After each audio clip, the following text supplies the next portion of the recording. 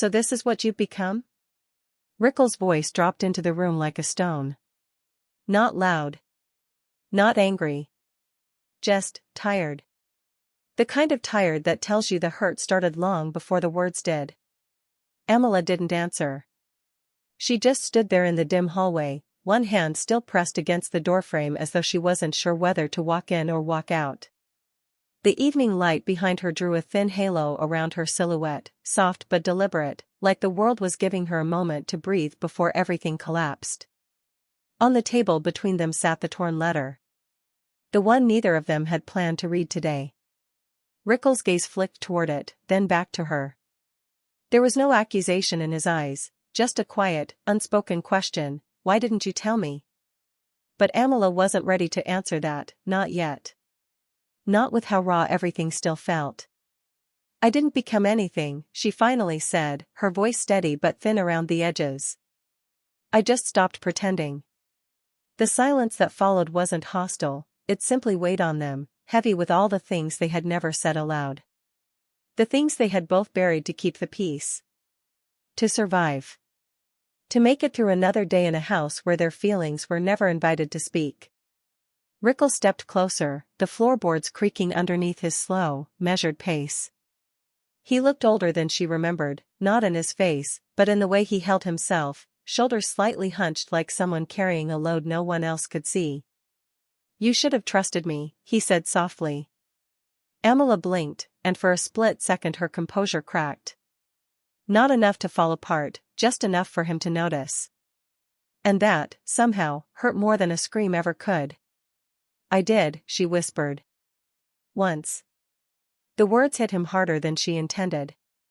He didn't flinch, but his breath caught, a small, sharp sound that almost broke her resolve. For a moment, neither moved.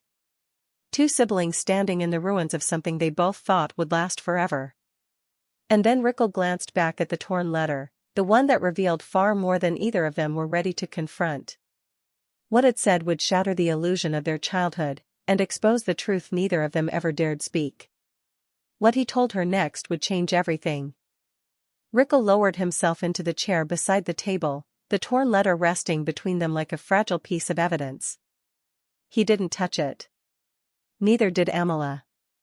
It sat there untouched, a quiet threat, a quiet truth. "You know," he began, voice steady, eyes fixed on the paper, "I used to think you were the strong one." Amala swallowed, her expression unreadable in the half-light. She didn't step closer, but she didn't leave either. Her fingers curled slightly against the doorframe, small tremors betraying her calm exterior.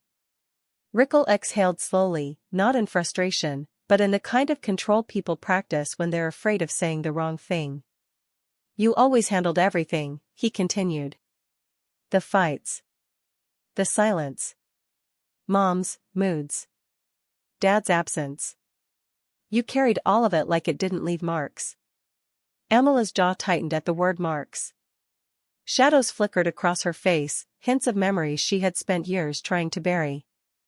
"You really didn't see it, did you?" she said quietly. Rickle looked up, surprised by the softness in her tone, not accusing, not bitter. Just tired. Like a truth she had been holding back for far too long had finally reached its breaking point. "You think strength is silence?" she asked. "You think endurance means nothing hurts?" He didn't respond. He didn't need to, she could see the answer in his eyes. The hallway light flickered, humming with the building's old wiring, casting unstable shadows on the walls around them. Their childhood home had always felt like this, dim, breathless, waiting for something to break. Rickle leaned back, rubbing the bridge of his nose with a weary hand. "I didn't know, Amala. I didn't know you were dealing with this alone." "You didn't want to know," she said, barely above a whisper. "None of us did." Another silence fell, this one sharper, more fragile. Rickle finally reached for the torn letter, lifting it carefully. His eyes scanned the jagged edge where it had been ripped apart, the part that mattered most missing, as if someone wanted to erase a truth before it could be spoken. "Who tore this?" he asked. Amala didn't answer. Her silence said more than words could. Rickle looked up at her, understanding dawning in slow, chilling waves. Amala, what did she do?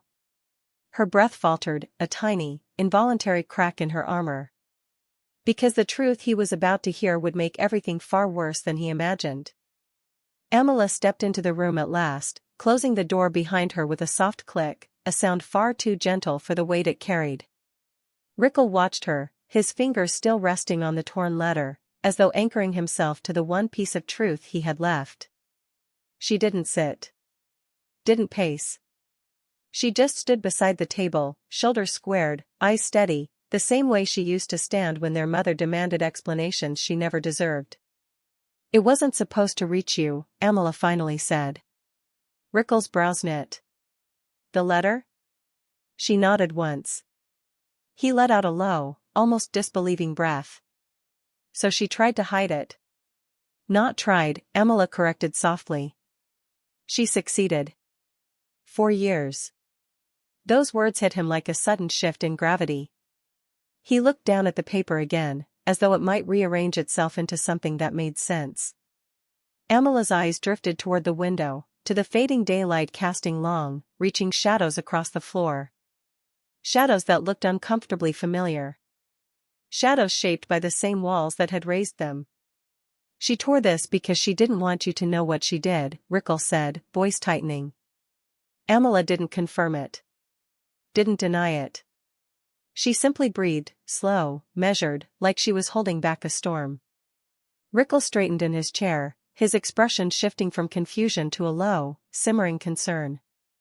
Amala, he said cautiously, what did she keep from me? Her lips parted, but no words came out. She pressed her fingertips against the table's edge instead, grounding herself against something solid. You remember that night, she whispered. The one we never talked about. Rickle went still. There were many nights they never talked about, but only one that made his stomach twist the way it just did. The one with the slammed doors. The muffled shouting. The bruise he didn't understand on her arm the next morning. His mouth went dry. Tell me it's not about that, he said, barely audible. Amala closed her eyes for a moment, just long enough for a quiet truth to surface on her face, the kind that had been buried for too long. When she opened them again, something inside her had shifted. Not broken. Not defeated. Revealed. Rickle, she said softly, that night wasn't what you think it was. His pulse spiked. If it wasn't what he thought, then what was it? And the answer she was about to give would unravel their entire childhood. Rickle's fingers tightened around the torn letter, the thin paper crinkling under the pressure.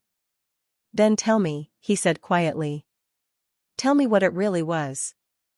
Amala exhaled, slow and deliberate, the kind of breath someone takes before stepping into a memory they've avoided for half a lifetime. You remember the shouting, she began. But you never heard what came before it. Rickle's eyes narrowed, trying to reach back through the fog of years. He remembered the tension, the slammed doors, the heaviness that lingered in the air long after their mother's voice stopped echoing through the halls. But he also remembered being told, firmly, to stay in his room. To not come out. To not ask questions. I thought she was yelling at Dad, he said. Amala gave a faint, humorless smile, the kind that hurts more than tears. She was yelling at me. Rickle's breath hitched. Why? That, Amala said, is what she tore out of the letter. The room seemed to shrink around them as those words settled between them. Rickle looked at her more closely now, really looked. At the subtle tension in her posture. The small defensive tilt of her chin. The way her eyes kept drifting toward the floor, like memory itself carried weight. You never told me, he said. I couldn't. Her voice didn't rise, didn't crack, but something in it felt bruised. Old. I was trying to protect you. And maybe I didn't want to face it myself. Rickle leaned forward, elbows on his knees, the letter hanging loosely between his hands. What did she say to you that night? Amala didn't answer right away. Instead, she walked to the far corner of the room, where the shadows pooled in soft layers. She traced her hand along the wall, the same wall she had leaned against as a teenager, listening to their mother's voice cut into her like a blade. "Words don't leave marks you can see," she said quietly. "But they leave marks all the same." Rickles' heart sank. He could feel it now, the shape of something he had missed. A truth lurking just outside his reach. "Amala," he said, low and steady, "what did she accuse you of?" Amala turned, the dim light catching the edge of her expression. And for the first time, he saw something close to fear. Not of the past. Of the moment she would finally speak it aloud. Because the accusation she was about to confess was the one that fractured everything, including them. Amala didn't speak right away.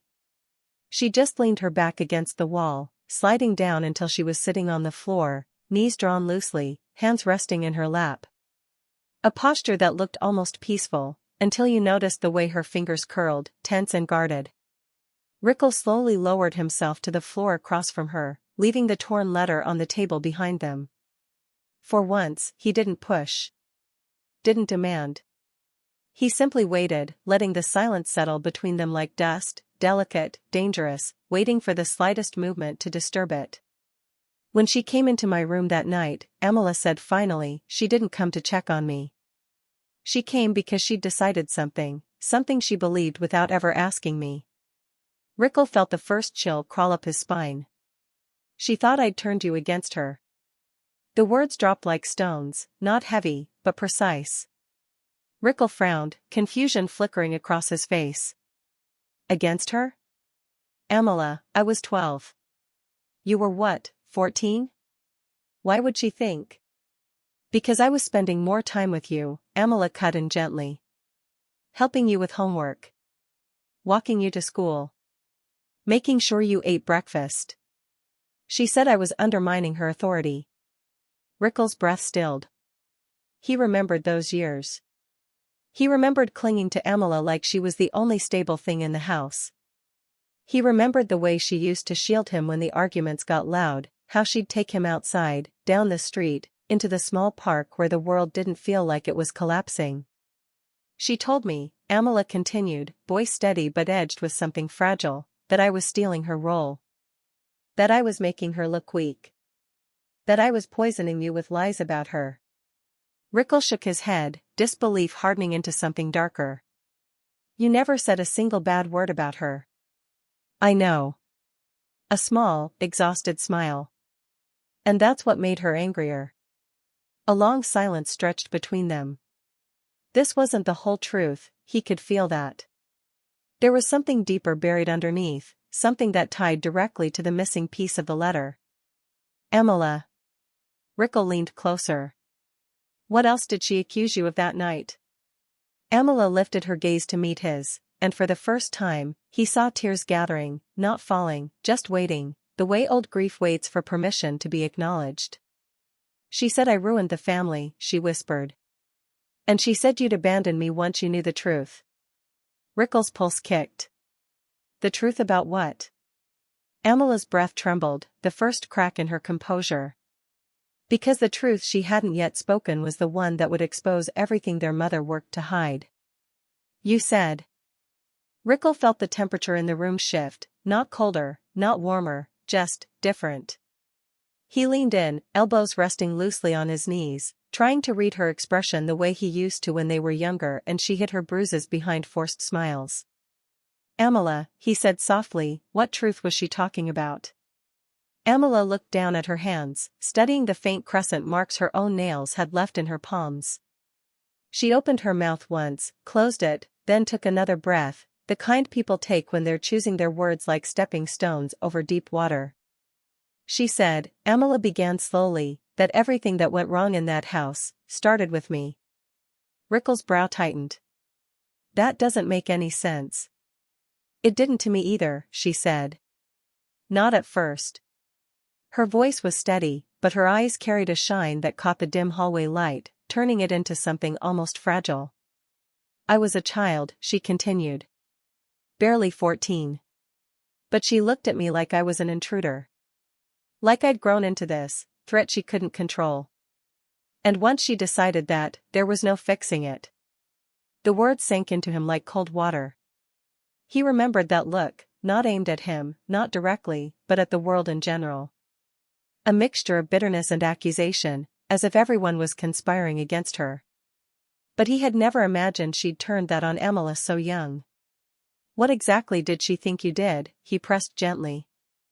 Emily's laugh was short, bitter, nothing like her usual quiet humor. "She believed I took something from her.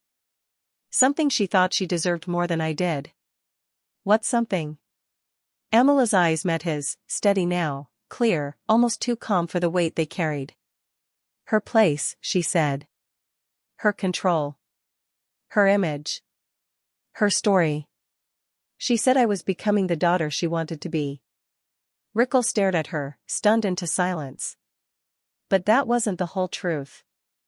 Emily's posture told him there was more, much more, hiding just beneath the surface. He shifted closer, lowering his voice. "Emily, what was in the part of the letter she tore out?" For the first time since this conversation began, her composure faltered completely. Because that missing piece didn't just explain the past, it exposed the real betrayal their mother feared most. And once spoken, it would make it impossible for either of them to see their family the same way again. Emily didn't answer immediately. Instead, she looked toward the window, toward the pale evening glow fading into the first hints of night. Her silence was no longer defensive. It felt like something heavier, something shaped by years of being forced to bury the unbearable. Rickle waited. He wasn't impatient anymore. He could sense it now. The truth she was carrying was delicate, dangerous, the kind that changes people once it's spoken aloud. "The part of the letter she tore out," Emily said quietly, "wasn't written by her." Rickle froze. His voice came out low. "Then who wrote it?" Emily swallowed, her throat tight. "Dad."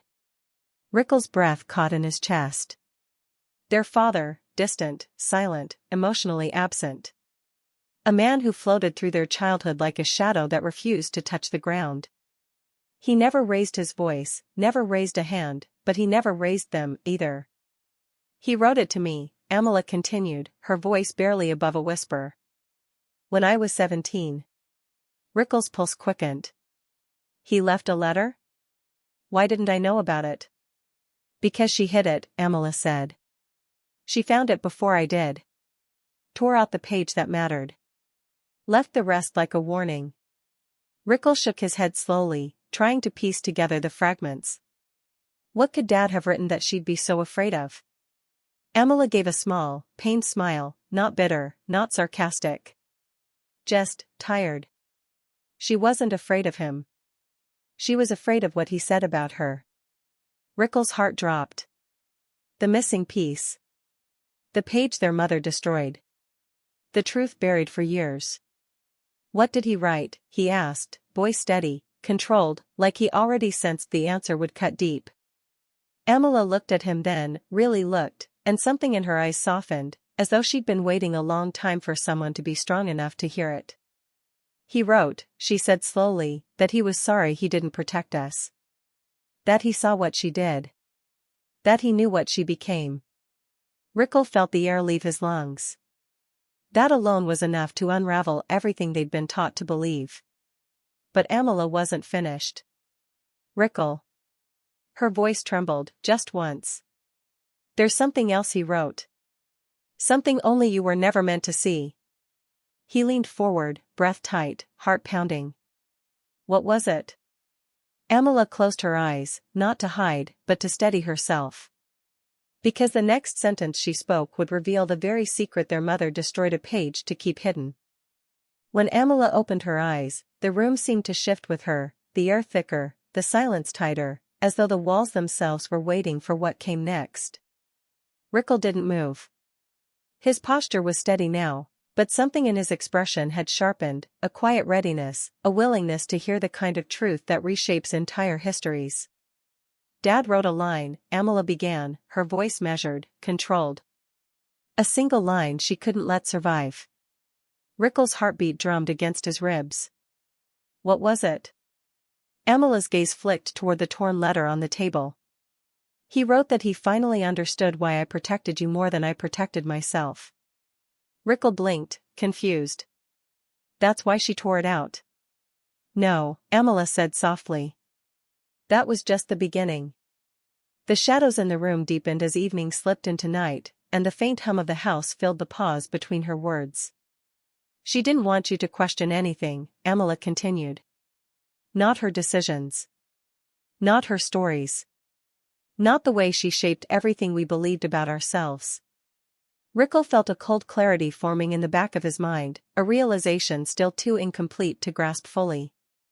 What else did he say about me? He asked.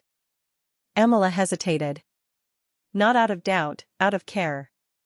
She wasn't choosing the softer version. She was choosing the honest one. He wrote, she said quietly, that you were the reason I survived. Rickle's breath hitched. Amala continued, voice steady despite the weight behind it. He said he saw it, the way I stood between you and all the things a child shouldn't have to face. He said you were the only reason I didn't break. Rickle looked down, emotions rising too fast to contain. Guilt. Gratitude. Shock. A strange, aching tenderness. But that wasn't the part she destroyed, Amala added. Rickle's head lifted. What was, then? Amala folded her hands in her lap, fingers trembling for the first time tonight. He wrote something about her, she said. Something she never thought anyone else noticed. Something that explains everything, why she targeted me, why she turned you against yourself, why she kept us both trapped in her story. Rickle's heartbeat deepened, slow and heavy. What did he say about her? He whispered. Amala took one steady breath, bracing herself. Because Dad's missing sentence didn't just reveal their mother, it exposed the root of their entire childhood. Amala's breath settled into something painfully calm, the kind of composure people learn when they've spent years surviving storms no one else believed were real. Rickle waited, hands clasped so tightly his knuckles had gone pale. He wasn't bracing for anger.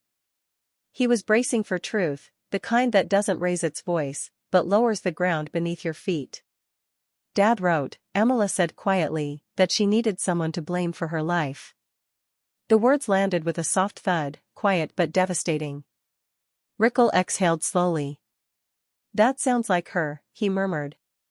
But that can't be all she tore out. It wasn't.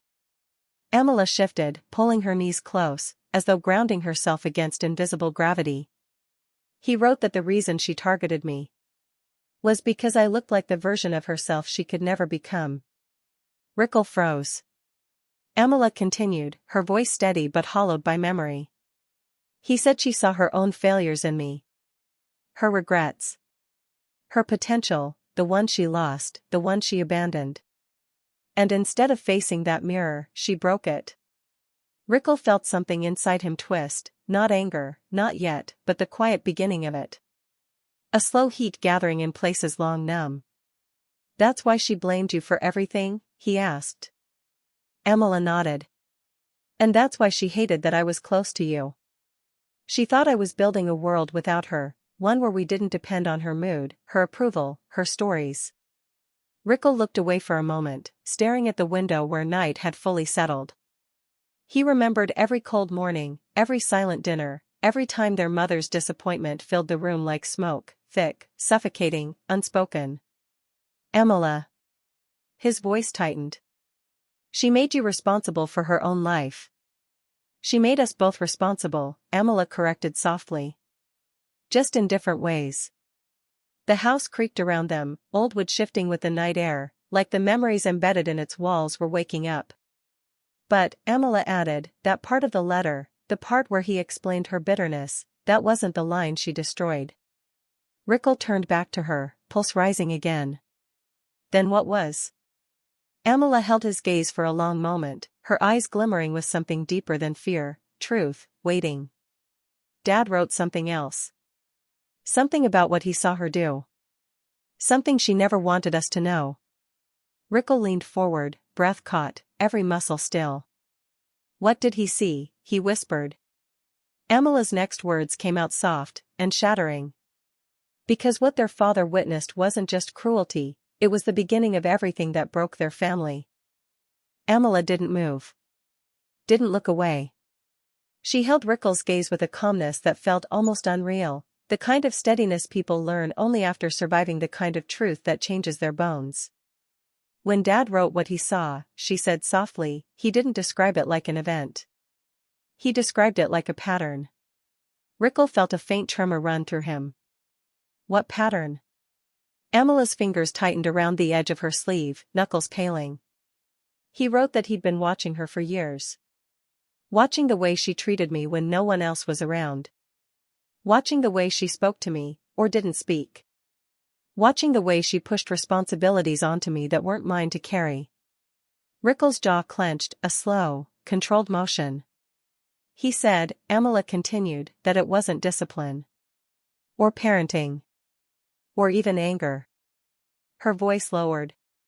It was punishment. The word hung between them, sharp as broken glass. Rickles' breath left him in a single hard exhale. He hadn't expected relief, but he also hadn't expected confirmation, the quiet validation that something they both felt but never said had been real all along. Punishment. Not for mistakes. Not for disobedience. But for existing in a way she couldn't control. What did he actually see, Amala? Rickle asked, voice steady but radiant with restrained emotion. Amala closed her eyes for a moment, a brief, fragile pause, then opened them again, her expression soft but resolute. He wrote that he saw her isolate me. Day after day. Year after year. Not because of what I did, but because of what I reminded her of. Rickle leaned forward. And what was that? That she failed, Amala whispered. That she gave up on who she wanted to be. And every time she looked at me, she saw the version of herself she abandoned. It made too much sense. Too perfectly tragic. Too painfully familiar. But Rickle could tell, this still wasn't the full truth. Not the part their father had tried to tell her before the letter was torn apart. Amala, he said, voice low, that can't be all he witnessed. A flicker of something deep, old, wounded, honest, crossed her face. No, she said. It wasn't. She lifted her chin, breathing in slowly. There was one night, she continued. A night he finally stepped out of the shadows. A night he finally tried to intervene. Rickle's heart lurched. What happened? Amala's voice dropped to a near whisper. Because what their father saw that night wasn't just emotional cruelty, it was the moment their family crossed a line that could never be undone. Amala didn't speak at first. She just folded her hands in her lap, the way someone does when they're preparing to open a wound that never fully healed. Rickle stayed quiet, watching her with a steadiness he hadn't realized he'd been capable of, the kind that comes when you finally understand how much someone has carried for you. When Dad stepped in that night, Amala said softly, it wasn't because things were loud. It was because things were quiet. Rickle stiffened. Quiet, in their childhood home, had never meant peace. It meant tension. It meant someone was losing. It was late, she continued, voice low. You were asleep. I was in the kitchen, cleaning after one of her episodes. I dropped a glass. It shattered on the floor. Rickle felt his pulse quicken. She came downstairs, Amala said. Slowly. Calmly. Too calmly. That tone, that false, icy calm, he remembered that. She asked me why I broke it, Amala continued. I told her it slipped. I apologized. I tried to clean it before she reached me. Rickle clenched his fists, breath tight. She didn't shout, Amala said. She smiled. And she told me accidents only happen to careless people. Rickle's stomach twisted. You know what she made me do? Amala whispered. He shook his head. She made me kneel, Amala said, voice trembling now. In the broken glass. Rickle's whole body went cold. For a moment, the room felt too small to contain what she'd just said. She watched, Amala continued, barely audible. She said it would teach me to be more mindful. And when I cut my knee, she told me pain builds character. Rickles' breath fractured in his chest. Amala, he whispered. Dad saw, she said. He'd come home early. He was standing in the doorway. He didn't shout. He didn't pull her away. He just stood there, frozen. Horrified. And then, he turned around and walked back out. Rickles stared at her, disbelief and grief crashing together in his eyes. He left? His voice cracked for the first time. He wrote in the letter, Amala said, that he couldn't stop her. That he didn't know how. That by the time he tried to speak up, it was too late. She had control of everything, the house, the narrative, us. Rickles felt something in him snap, quietly, deeply, without theatrics. A quiet breaking. A quiet awakening. And that, Amala finished, is why she tore that page out. Because it proved she wasn't just strict. She wasn't just angry. She was cruel. And she knew someone finally saw it.